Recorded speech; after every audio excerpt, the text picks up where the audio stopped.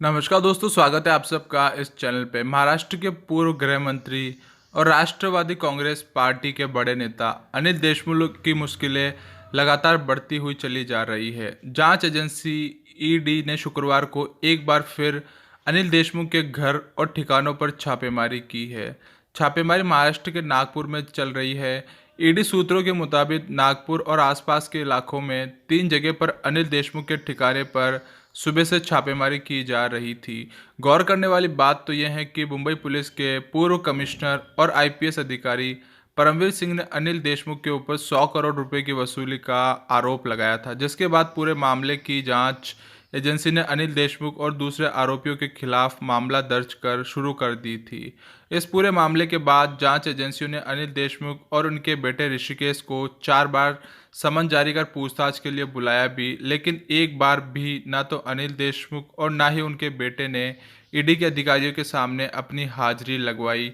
अब उपलब्ध जानकारी के अनुसार दोपहर के करीब 4 बजे ईडी अधिकारियों और लगभग 20 सीआरपीएफ के जवानों की एक team Nagpur institute of technology पहुंची, जो नागपुर से लगभग 15 किलोमीटर दूर है। इस कॉलेज का संचालन श्री साई शिक्षण संस्था द्वारा किया जा रहा है, जिसके प्रमुख अनिल देशमुख ही है।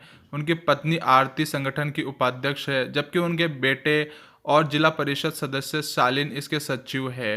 देशमुख के सबसे छोटे बेटे ऋषिकेश संगठन की कार्यकारी समिति के सदस्य हैं। सीआरपीएफ जवानों ने पूरी कॉलेज परिसर की घेराबंदी कर दी और ईडी के अधिकारियों ने कई डॉक्यूमेंट्स भी जब्त किए हैं और संस्था के कर्मचारियों से पूछताछ भी करी है। अनिल देशमुख ने अपने चारों समन में ईडी को जवाब में दिया कि इस पूरे मामले में सुनवाई सुप्रीम कोर्ट में चल रही है और उनके आदेशों के बाद ही वो ईडी अधिकारियों के सामने अपना पक्ष रखेंगे।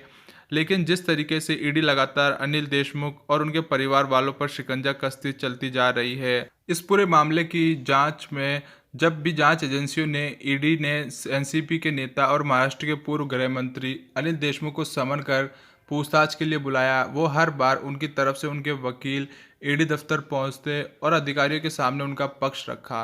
एनसीपी के नेता अनिल देशमुख ने अपने बचाव में सुप्रीम कोर्ट का दरवाजा खटखटाया है। हालांकि अभी इस पर फैसला आया नहीं है, सुप्रीम कोर्ट ने अभी तक इस पर फैसला नहीं दिया।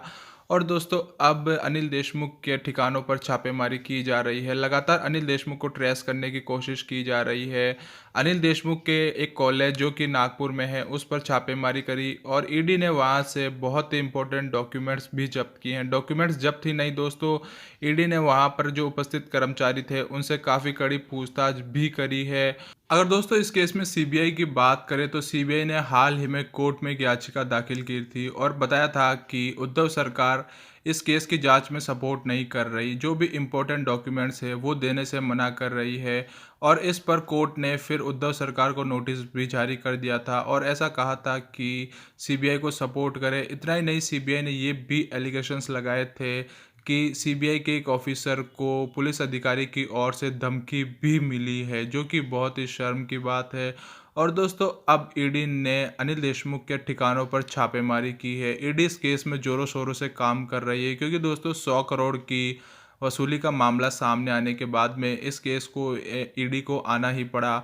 और अब ईडी इस केस में देखते हैं क्या क्या नए खुलासे करती है। फिलहाल दोस्तों, ईडी भी इस केस में आ चुकी है और सीबीआई काम अपना कर ही रही है। आखिरकार कब तक अनिल देशमुख बचेंगे?